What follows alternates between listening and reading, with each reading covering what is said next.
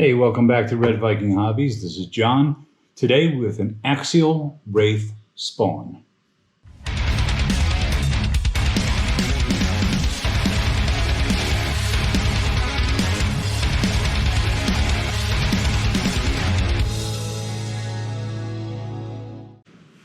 Okay, so Red Viking Hobbies today is bringing you another improper boxing of a vehicle. When I say improper boxing is because I open it up, I test her out, I take a look at her, I look her over, and I see what it is I want to tell you about the vehicle. And so this box absolutely has been opened, so let's see what's inside. Okay, so inside the box, we get our car.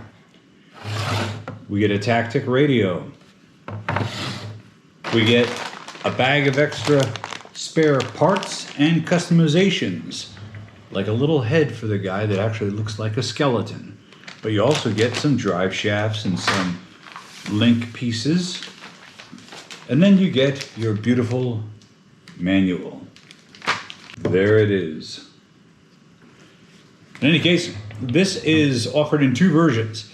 It is offered in the Rock Racer, and it is also offered in a crawler. However, I took it out as the Rock Racer that she is, and the footage, of course, is afterwards. We're going to talk about that in a minute, but first off, let's take a look at the car. So it's a Lexan body. We get Axial's little guy in there. The model is older in spec. It's about 10 years old. About 7 years old. Which might explain some of the things that I saw on it that didn't make a lot of sense to me. Let's start with the first one. In the manual, it says that there is a power button on the ESC. There is not.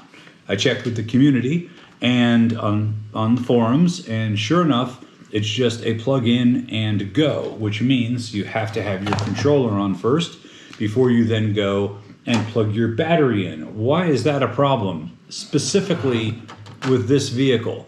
Well, it's because the only access that you get to your battery is directly through this little porthole right here.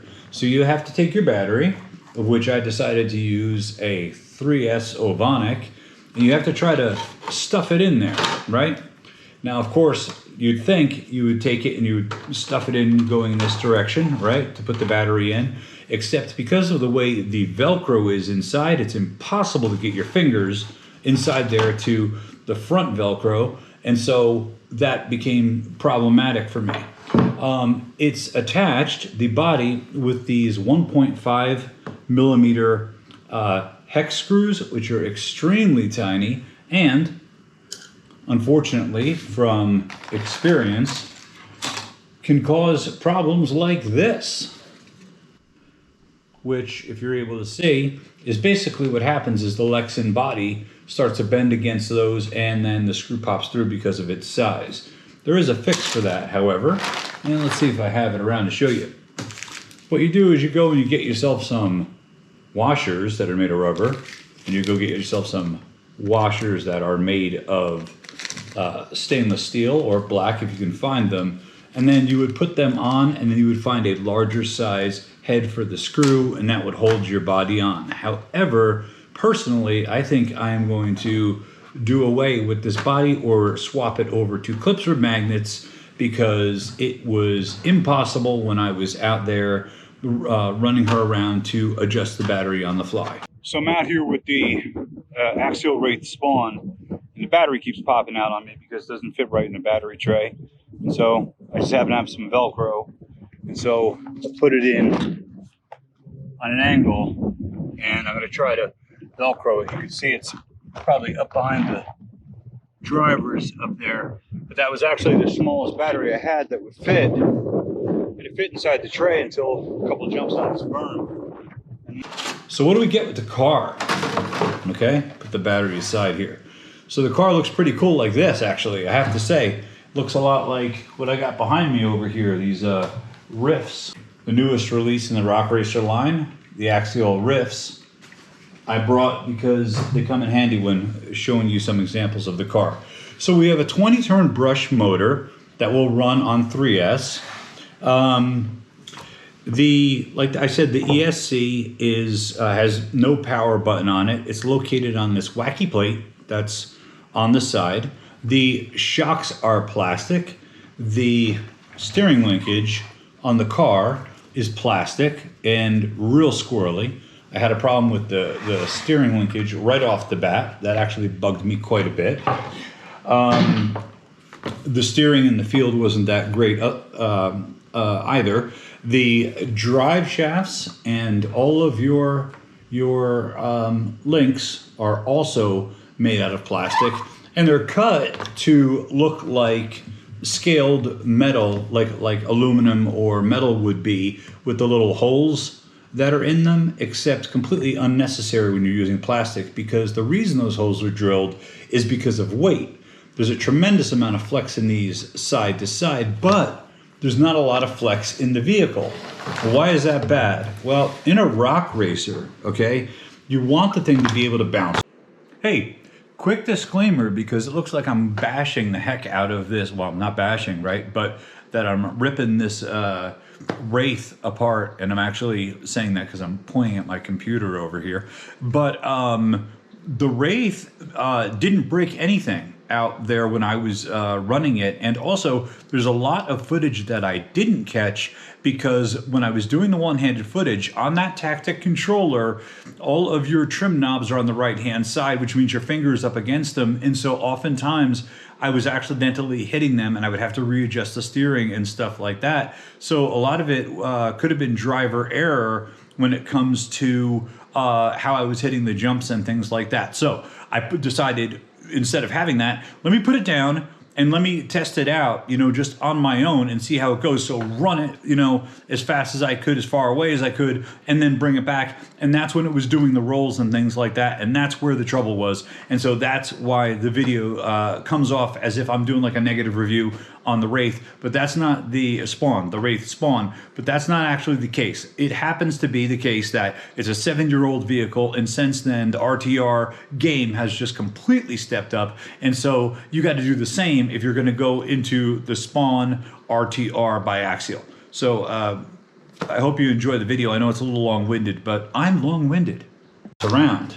This car is not very bouncy at all by any means. Matter of fact, when I took it off of a couple berms and the thing landed, it planted just like a basher would plant, which was kind of odd.